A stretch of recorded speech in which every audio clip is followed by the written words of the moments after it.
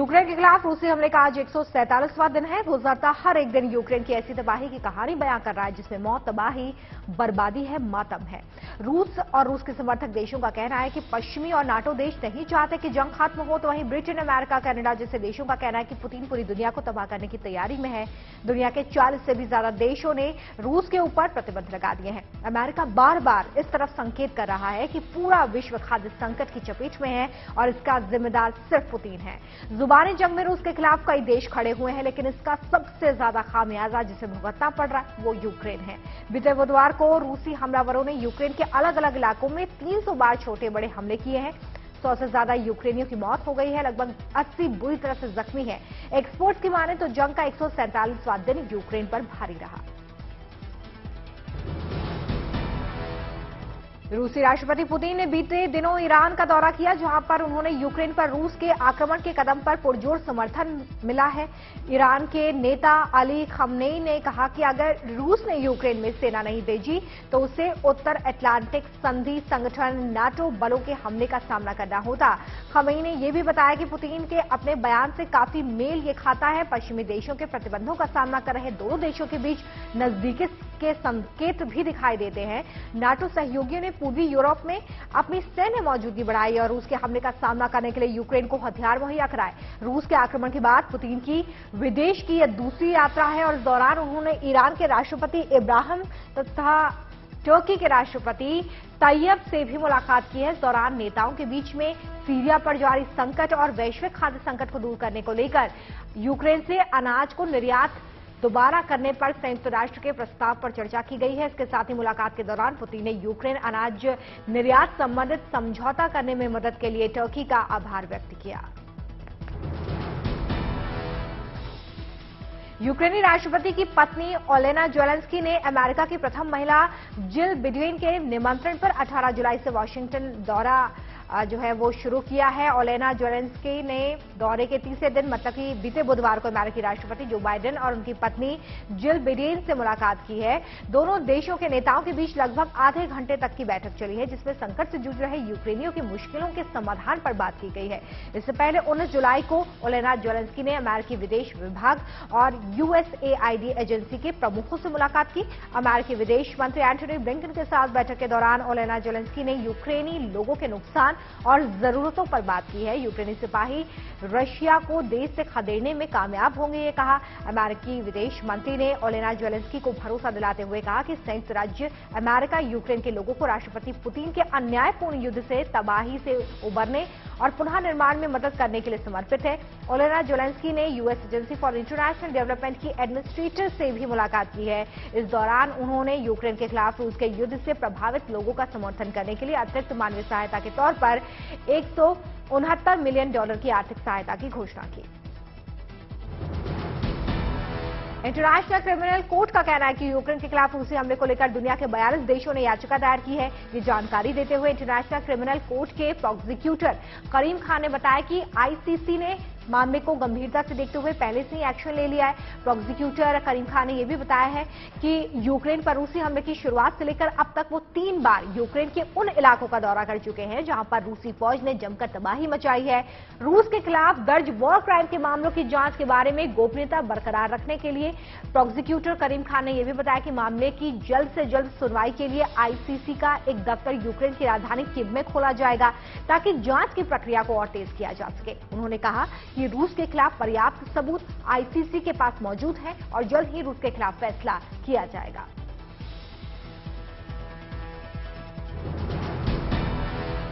रूस रक्षा मंत्रालय ने लुहांस्क पीपल रिपब्लिक के लिचिचांस्क इलाके का वीडियो जारी करते हुए कहा कि रूसी सरकार की तरफ से लोगों को राहत और खाद्य सामग्री मुहैया कराई जा रही है। जानकारी देते हुए रूस के रक्षा मंत्री ने यह भी बताया कि बीते बुधवार को रूस के सेंट्रल मिलिट्री डिस्ट्रिक्ट सिपाहियों ने लिचिचांस्क इलाके में खाने पीने की चीजों के साथ ही जरूरत का सामान पहुंचाया है। रक्षा मंत्री ने बताया कि इलाके में अब तक लगभग 10 टन राहत सामग्री दी जा चुकी है।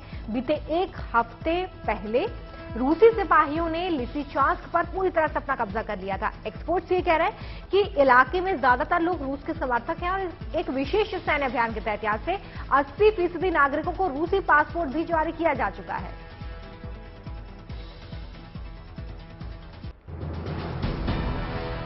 बीते एक हफ्ते के दौरान रूसी हमले की गंभीरता को देखते हुए यूक्रेन को 30 से ज्यादा देशों की तरफ से सैन्य सहायता पहुंचाई जा रही है। जानकारी देते हुए अमेरिकी रक्षा सचिव लॉर्ड ने यह भी बताया कि यूक्रेन के मौजूदा हालात को संभालने के लिए 30 देशों की सैन्य ताकत रूसी सिपाहियों को यूक्रेन से खदेड़ने में जरूर कामयाब होगी। उन्होंने बताया कि अमेरिका की तरफ से यूक्रेन को लगभग $3 लाख मिलियन की अतिरिक्त सैन्य सहायता पहुंचाई जा रही है, जिसमें से यूक्रेन को 12 मल्टीपल लॉन्च रॉकेट सिस्टम समेत गोले बारूद का भारी जखीरा भेजा जा चुका है। रूसी हमले की निंदा करते हुए उन्होंने कहा कि पुतिन यूक्रेन के हजारों लोगों के मौत के जिम्मेदार हैं। यूक्रेन पर हो रहे अन्यायों की सुनवाई जल्द ही अंतर्राष्ट्रीय क्रिमिनल कोर्ट में शुरू की जाएगी।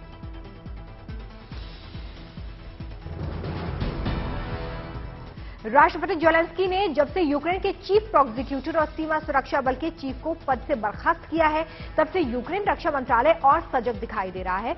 यूक्रेन रक्षा मंत्रालय ने यूक्रेनियों से अपील की है कि वो सेना की गतिविधियों को लेकर गोपनीयता बनाए रखें, साथ ही जंग में यूक्रेन की तरफ से इस्तेमाल किए जाने वाले सैन्य हथियारों का जिक्र भी न करें। रक्षा मंत्रालय का यह भी कहना है कि रूस ने यूक्रेनी सेना के मूवमेंट और हथियारों की जानकारी हासिल करने के लिए जगह जगह जासूसों की तैनाती कर रखी है, जिसकी वजह से यूक्रेनी सेना के कई सैन्य अभियान विफल हो गए। उनके कई जवानों को रूसी लड़ाकों ने धोखे से मार दिया है, लिहाजा वो किसी तरह की गलती दोहराना नहीं चाहते जिसका फायदा रूस को हो।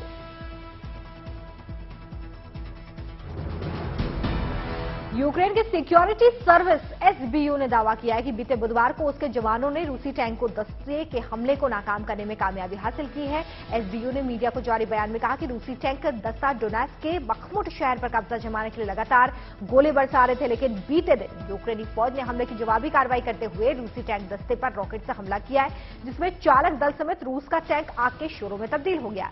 रूसी हमले से हुए नुकसान की जानकारी देते हुए एसबीयू ने यह भी कहा है कि यहां की रिहायशी और सरकारी इमारतें रूसी हमले की वजह से धराशायी हो चुकी हैं, साथ ही शहर का बुनियादी ढांचा भी बर्बाद हो गया।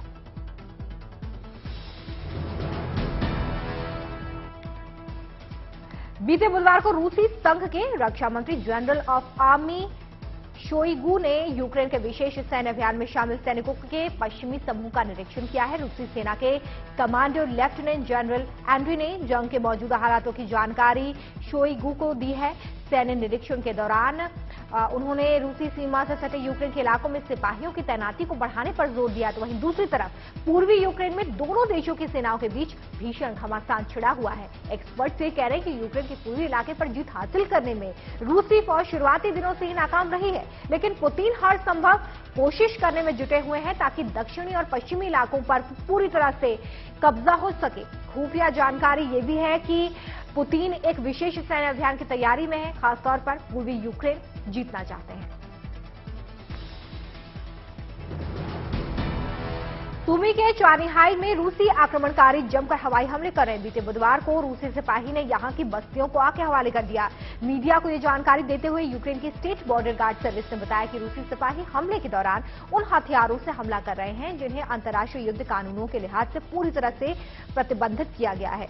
यूक्रेन रक्षा मंत्रालय का कहना है कि सुमी के कुल 18 इलाकों में रूसी सिपाहियों ने प्रोजेक्टाइल और मोर्टार से हमला किया है, जिसमें लगभग 12 लोग जख्मी हो गए। सूबे के स्थानीय मिलिट्री प्रशासन का यह भी कहना है कि रूसी लड़ाकों ने बीते बुधवार को 35 बार हमला किया, जिसकी वजह से इलाके का बुनियादी ढांचा ध्वस्त हो चुका है, नागरिक सुविधाएं ठप हैं।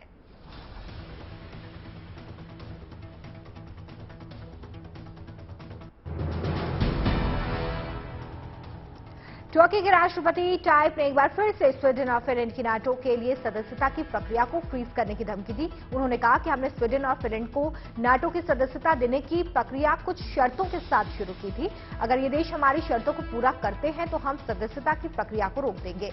वहीं दूसरी तरफ तुर्की के बायरकाटर ड्रोन निर्माता ने रूस को आपूर्ति से इनकार कर दिया है। उन्होंने साफ कर दिया है कि हम यूक्रेन के समर्थन में खड़े हुए हैं, हमने कभी रूस को अपने उत्पादों की आपूर्ति नहीं की है और आगे भी नहीं करेंगे।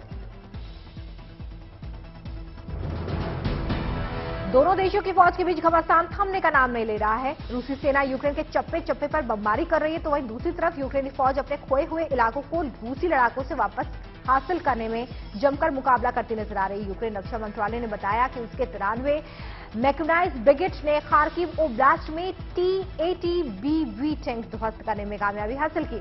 यूक्रेन सशस्त्र बल का यह भी कहना है कि खार्किव ओब्लास्ट दक्षिणी यूक्रेन का हिस्सा है। हालांकि दक्षिणी यूक्रेन का लगभग 70% इलाका रूसी सिपाहियों के कब्जे में है, लेकिन यूक्रेनी फौज अपने खोए हुए इलाकों पर पकड़ मजबूत करने के लिए 24 घंटे रूसी हमलावरों पर निशाना साध रहे हैं।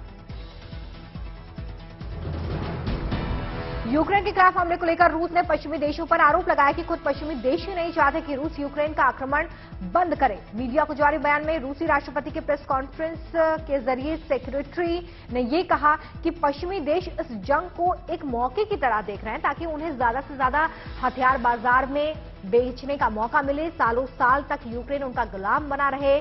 दिमित्री ने यह भी कहा है कि रूसी कभी ये नहीं चाहते हैं कि जंग और ज्यादा लंबी खिंचे, लेकिन यूक्रेन को सैन्य मदद पहुंचाकर पश्चिमी देश आग में घी डालने का काम करे। उन्होंने मीडिया को जारी बयान में इस बात का जिक्र किया कि रूस बार बार यूक्रेन के साथ शांति वार्ता की पहल कर रहा है, लेकिन पश्चिमी देश शांति वार्ता को विफल करने का काम कर रहे हैं। अमेरिका और ब्रिटेन पर निशाना साधते हुए दिमित्री ने यह भी कहा है कि ये दोनों देश यूक्रेन को मिटाने के लिए सब कुछ दांव पर लगाने के लिए उतारू हैं। डोनेट्स्क के अवदिवका शहर में रूसी सिपाहियों ने बीते बुधवार को जमकर गोले दागे, जिसकी वजह से एक व्यक्ति की मौके पर मौत हो गई है, जबकि 10 लोग घायल हैं। ये जानकारी देते हुए डोनेट्स्क क्षेत्र सैन्य प्रशासन के प्रमुख पाब्लो ने यह बताया कि बीते दिनों दुश्मनों ने अवदिवका में एक के बाद एक 20 हवाई हमले किए। रूसी एयर स्ट्राइक की वजह से यहां की 10 से ज्यादा सरकारी रिहायशी इमारतें खंडर में तब्दील हो चुकी हैं। पाब्लो ने यह भी बताया कि रूसी हमले की वजह से अब तक डोनेट्स्क इलाके में 626 लोगों की मौत हुई है, 1000 से ज्यादा लोग घायल हैं।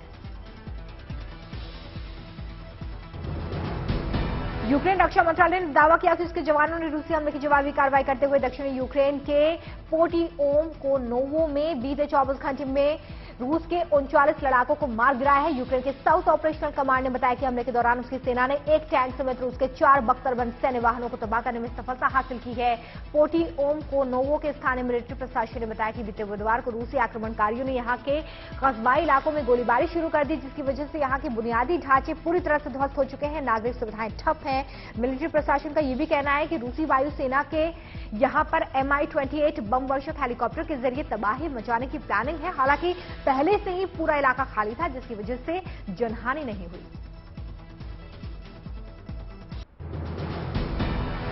नीप्रोपेट्रोव्स्क के निकोपोल और क्रिवी रिह जिले बीते बुधवार को रूसी सिपाहियों के एक के बाद एक लगातार 40 रॉकेट दागे गए। ये जानकारी देते हुए क्षेत्रीय सैन्य प्रशासन के प्रमुख वैलेंटाइन ने यह बताया कि रूसी लड़ाकों ने यहां के 2 कारखानों पर रॉकेट दागे उसे जलाकर खाक कर दिया है।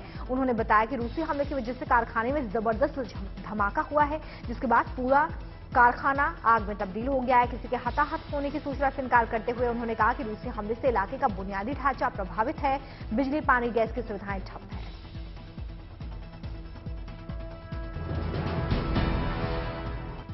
यूक्रेन के लगभग 40 से ज्यादा इलाकों में रूसी फौज एक के साथ कई गोलीबारी करती नजर आ रही है। यूक्रेनी सिपाही एक मोर्चे को संभालते हुए नजर आते हैं, तो वहीं दूसरे मोर्चे पर उन्हें रूसी सिपाहियों से कड़ी शिकस्त मिल जाती है। रूसी सिपाहियों ने बीते मंगलवार को ओडेसा इलाके में 7 क्रूज मिसाइलें दागी।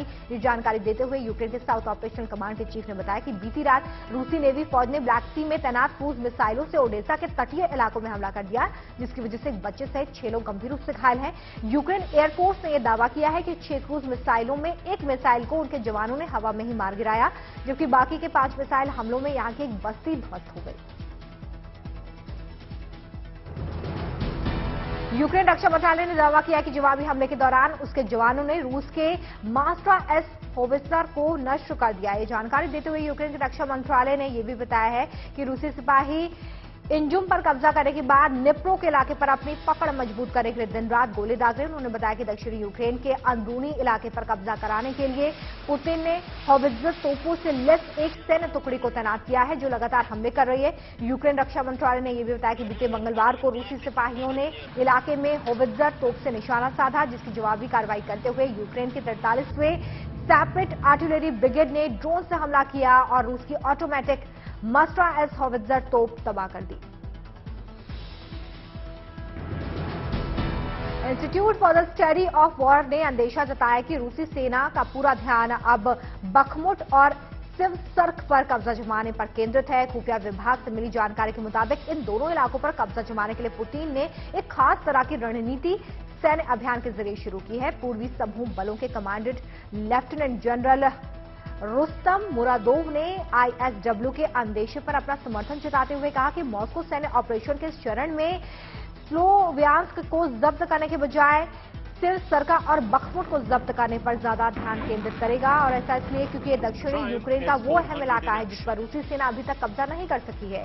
दूसरा ये कि पुतिन को इस बात का ज्यादा यकीन है कि इन इलाकों पर जीत हासिल करने के बाद उसकी सेना को ज्यादा जन समर्थन मिलेगा। लिहाजा पुतिन इन दोनों इलाकों पर इस वक्त फोकस करते नजर आ रहे हैं। लोगों को रूसी नागरिकता देने में सफल भी हो सकेंगे। रूस ने यूक्रेन युद्ध में गलती से अपने ही लड़ाकू विमानों को मार गिराया है। ये लड़ाकू विमान पूर्वी यूक्रेन में रूसी कब्जे वाले लुहांस्क क्षेत्र के ऊपर से उड़ान भर रहा था। हालांकि रूस ने अभी तक इस हादसे पर कोई भी ऑफिशियल अनाउंसमेंट नहीं की है। 17 जुलाई को शेयर किए गए इस वीडियो में लुहांस्क के ऊपर रूसी एयर डिफेंस सिस्टम को फायरिंग करते देखा जा सकता है, जिसके बाद आसमान से एक आग का गोला गिरता नजर आ रहा है। इसके बाद 18 जुलाई को विमान के मलबे वाली एक और पोस्ट शेयर की गई है। इसमें रूसी Su-34 लड़ाकू विमान के ट्विन इंजन का बर्बाद हिस्सा दिखाई दे रहा है। एक्सपर्ट्स का मानना है कि विमान के इंजन में भारी मात्रा में ईंधन होता है और उस रात आसमान से गिरते आग के गोले के रूप में ये गिरता नजर आ रहा है। डच एविएशन सोसाइटी ने मलबे में दिखे विमान के टेल नंबर RF95890 पर रिसर्च किया, जिसके बाद पता चला कि ये रूस का एडवांस्ड और दुर्लभ माने जाने वाला Su-34 लड़ाकू विमान था।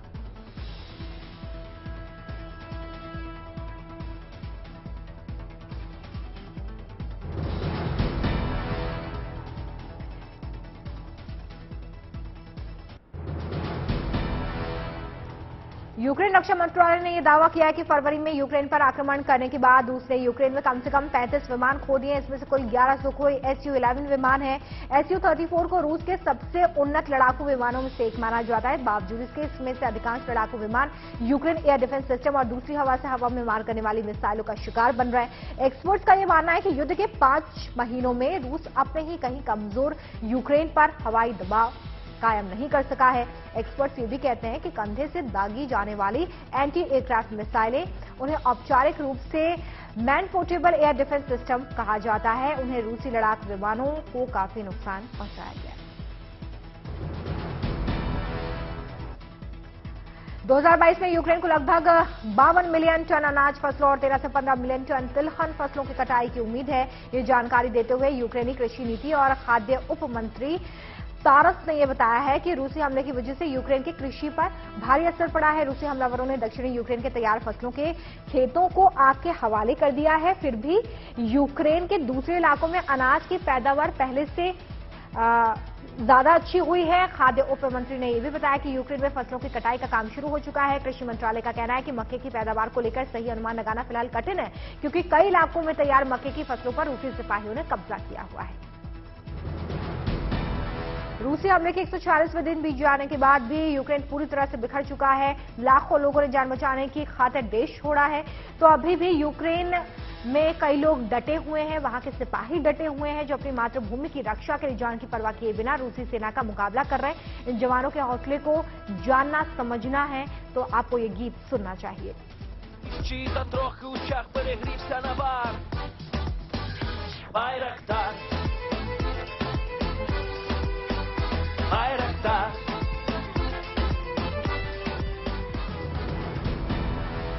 यूक्रेनी सिपाहियों के हमलावर तेवर को देखते हुए एक और गीत जोर शोर से सोशल मीडिया पर वायरल हो रहा है। इस गीत में वीडियो के जरिए ये बताने की कोशिश हो रही है कि रूसी आक्रमणकारियों की लाख कोशिशों के बावजूद भी यूक्रेनी सिपाही अपने देश के एक एक इंच जमीन को हासिल करने के लिए जान की बाजी लगा रहे हैं। जाबाज यूक्रेनी सिपाहियों की बहादुरी को बयां करता ये म्यूजिक एल्बम दिन ब दिन लोगों के दिलों को छू रहा है। जंग जिसके बीच हो, नुकसान दोनों का होता है, किसी को कम तो किसी को ज्यादा। लेकिन जंग की सबसे बड़ी विभीषिका यही है कि हजारों लाखों लोगों की जानें जाती हैं, लोग अपने परिजनों को खो देते हैं। इस दुख से उबर पाना आसान नहीं होता और ऐसे हालातों में एक दूसरे का सहारा बनना, एक दूसरे को हिम्मत देना जीने की पहली जरूरत बन जाती है। रूसी हमले से तबाह हुए यूक्रेनियों को हिम्मत देने वाला ये गीत मन को छूने वाला है। इस गीत में यूक्रेनियों की देशभक्ति, एकजुटता को सराहा जा रहा है। कठिन दौर से गुजरे यूक्रेनियों की दुर्बल मनोदशा को उत्साह से पिरोने वाला ये गीत दुनिया के अलग अलग देशों में सुना जा रहा है।